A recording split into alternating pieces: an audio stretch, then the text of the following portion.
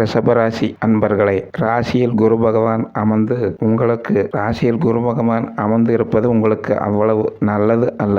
சந்திரனை குரு பார்ப்பதால் உங்களுக்கு 7ஆம் இட பலன் நன்றாக இருக்கும். இவர் 5ஆம் இடத்தை பார்ப்பதால் ராசிக்கு 5ஆம் இடம். உங்கள் புத்திரர்களால் நன்மைகளும் நல்லதும் நடக்கும். குரு பகவான் 9ஆம் பார்வையாக உங்கள் தந்தை ஸ்தானத்தை பார்ப்பதால் அவர் விஷயத்திலும் உங்களுக்கு பெரிய பிரச்சனைகள் எல்லாம் எதுவும் இருக்காது. மொத்தத்தில் குரு பகவான் உங்களுக்கு நன்மையே இந்த வாரம் செய்வார். அடுத்து உங்கள் ராசிக்கு 2ஆம் இடத்தில் செவ்வாய் பகவான் அமர்ந்திருக்கிறார். அவர் உங்கள் ராசிக்கு 4ஆம் பார்வையாக 5ஆம் இடத்தை பார்க்கிறார். செவ்வாய் 2ஆம் இடத்தில் இருப்பது உங்களுக்கு தேவையில்லாத வாக்குவாதங்கள், கோபங்களும், குடும்பத்தில் பிரச்சனைகளையும் உங்களுக்கு அதிகம் இருக்கும். உங்கள் புத்திரர்களால் உங்களுக்கு சில நன்மைகள். 4ஆம் பார்வை செவ்வாய் பார்ப்பதால் வீடு விஷயம், வாகன விஷயங்களில் செலவுகள் இருந்தாலும் ஓரளவுக்கு சமாளிக்கக்கூடிய தைரியத்தை உங்கள் குரு பகவான் உங்களுக்கு தருகிறார். இவர் ராசிக்கு அதாவது 7ஆம் இடத்தை பார்க்கிறார். ராசிக்கு 8ஆம் இடமாக தனுசு ராசியை பார்ப்பதால் அந்த இட பலன் அவ்வளவு நன்மை தராது. உங்களுக்கு கஷ்டம், தொந்தரவுகள்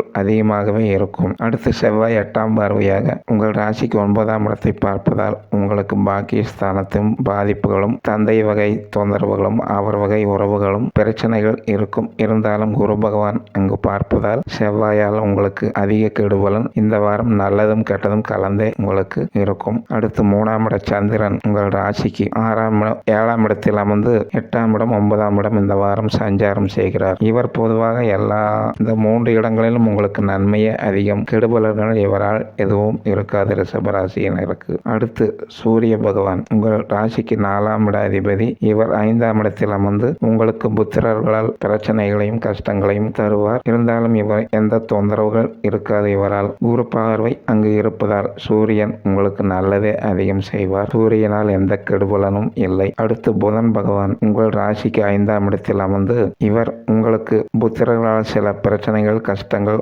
அவமானங்கள் ஏற்பட இருக்கும். இதையும் குரு பகவான் அங்கு பார்ப்பதால், புதனை பார்ப்பதால் உங்களுக்கு அந்த பலன்கள் நடைபெறாமல் இருக்கும். மொத்தத்தில் சூரியன், புதன், செவ்வாய், குரு இவர்களெல்லாம் இந்த வாரம் உங்களுக்கு ஓரளவுக்கு நன்மைகளை செய்கிறார்கள். கேது பகவான் அங்கு 5ஆம் இடத்தில் அமர்ந்து உங்களுக்கு இந்த வாரம் ஏதாவது கோயிலுக்கு செல்ல, யாத்திரை செல்ல மனம் இருந்தால் போய் வந்து விடுங்கள். இவர் நல்ல குலதெய்வ ஆசீர்வாதம் உங்களுக்கு நன்றாகவே கிடைக்கும். கோயிலுக்கு சென்று வாருங்கள், குலதெய்வ கோயிலுக்கு சென்று வாருங்கள் இந்த வாரம். அடுத்து சுக்கிர பகவான் உங்கள் ராசி அதிபதி. இவர் உங்கள் ராசிக்கு 6ஆம் இடத்திலிருந்து உங்களுக்கு நன்மையே தருவார். 6ஆம் இடத்தில் சுக்கிரன் இருப்பது நல்லதுதான். இவர் 7ஆம் பார்வையாக உங்கள் ராசிக்கு 12ஆம் இடத்தை பார்ப்பதால் இவரால் எந்த அதிக கெடுபலன்கள் சுக்கிரனால் உங்களுக்கு கிடையாது. அடுத்து சனி பகவான் உங்கள் ராசிக்கு 10ஆம் இடத்தில் அமர்ந்திருக்கிறார். இவர் 10ஆம் இடத்தில் அமர்ந்து உங்களுக்கு தொழில் வகையில் சில பிரச்சனைகளும் சங்கடங்களும் இருக்கும். இருந்தாலும் இவற்றை நீங்கள் சமாளித்துக் கொள்ள உங்களுக்கு நல்லதே நடக்கும். சனியால் கெடுபலனும் நல்ல பலனும் அதிகமாக இருக்கும். சமாளித்துக் கொள்வீர்கள். சனி 11ஆம் இடத்தில் ராகு இருந்து உங்களுக்கு மிக மிக நல்ல பலனை தருவார். ராகு பகவான் 11ஆம் இடத்தில் இருப்பது